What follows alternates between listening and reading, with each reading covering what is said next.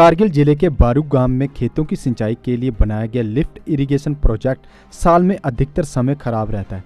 ये एक बड़ा कारण है जिससे कि गांव के खेतों की सही समय पर सिंचाई नहीं हो पाती है। समय पर सिंचाई ना होने से ना तो फसल के बीज सही समय पर बोए जाते हैं और ना ही फसल को सही समय पर सिंचा जा सकता है। गांव के लोगों का कहना है कि लिफ्ट इरिगेशन प्रोजेक्ट का इन्हें जरा भी लाभ नहीं मिल पा रहा है, क्योंकि जब कभी भी इसका प्रयोग किया जाता है तो ये खराब हो जाता है और इसकी मरम्मत करवाने के लिए या तो मशीन को जम्मू भेजना पड़ता है या फिर श्रीनगर। लोगों ने प्रशासन से नहर के माध्यम से पानी छोड़ने की अपील की है ताकि समय पर खेतों की सिंचाई हो सके। देखो, ये जो इरिगेशन सिस्टम है ये टोटली फेलियर है, क्योंकि ये साल में कम से कम 3-4 बार तो ये ब्रेकडाउन हो जाता है।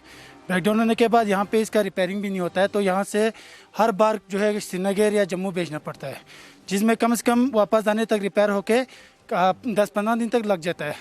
तो सीज़न में 3-4 बार अगर ब्रेकडाउन हो जाता है तो यहाँ से भेजने और वापस आने में और फिर से इंस्टॉल करने में तब तक सीज़न निकल जाता है। तो यहाँ पे जो है एडमिनिस्ट्रेशन जो है ये जो प्रोजेक्ट है ये टोटली फेलियर है। इसके जगह एक ऐसा अल्टरनेटिव होना चाहिए जो परमानेंट हो, जैसे कि फॉर एग्जांपल एक कनाल सिस्टम जो बना रखे थे, खुम्बुथांग से जो कनाल सिस्टम लाके वो जो ग्रमथंग तक लाके वो फेल हो गया था, अगर उसको जो है कंटिन्यू करे, क्योंकि वो एक परमानेंट अल्टरनेटिव है जो कामयाब हो सकता है। क्योंकि ये तो मैकेनिकल है, कभी भी मशीन जो अप डाउन हो जाता है या बिजली पर डिपेंड है, तो इलेक्ट्रिसिटी का भी फेलियर हमारे यहाँ पे जो है थ्रू आउट द ईयर रहता नहीं है 24/7, तो इसकी वजह से फेलियर होता है। कोई ऐसा सिस्टम अल्टरनेटिव होना चाहिए जो परमानेंट रहे, जैसे कि एक अच्छा सा कैनाल सिस्टम बनाए।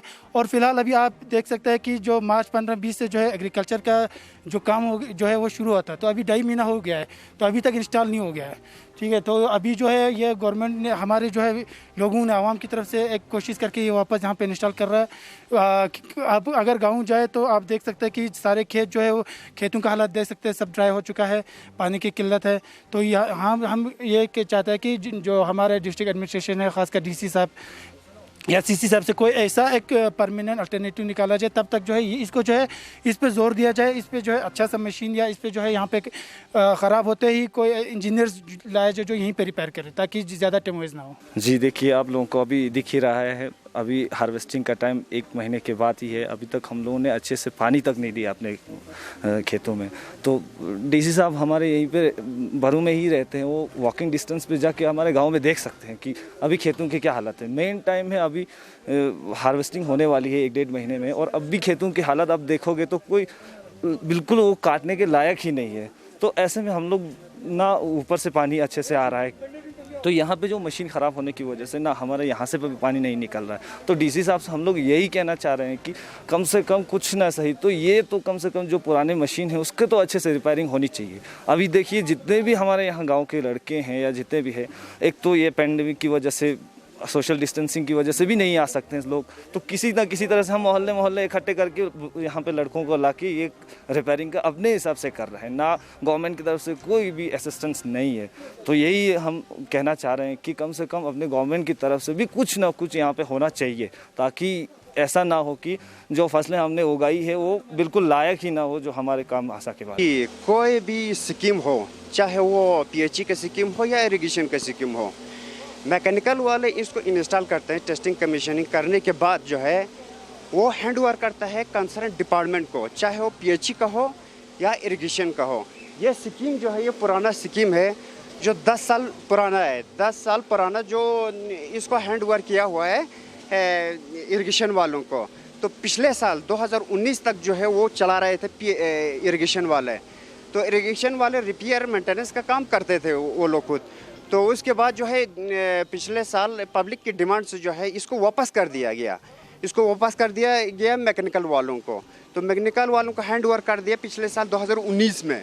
2019 के बाद जो है सीज़न में ये मशीन जो है ख़राब हो गया। ख़राब होने के बाद मैकेनिकल वालों ने फिर से इसका टेंडरिंग किया नए परचेजिंग का। तो मार्च में जो है इसका अलॉटमेंट ऑर्डर हो गया डिपार्टमेंट की तरफ से। तो मार्च में तो जो हालात हो गया पेंडेमिक हालात इसका लॉकडाउन का, तो लॉकडाउन की वजह से जो है ये सामान नहीं पहुंची इसका नए पम्प। तो नए पम्प अभी 2-3 दिन पहले जो है ये दिल्ली से निकल गया है, तो ये ट्रांसपोर्ट में है। 2-3 दिन के बाद जो है ये यहाँ पे इंस्टॉल हो जाएगा फिर से जो है।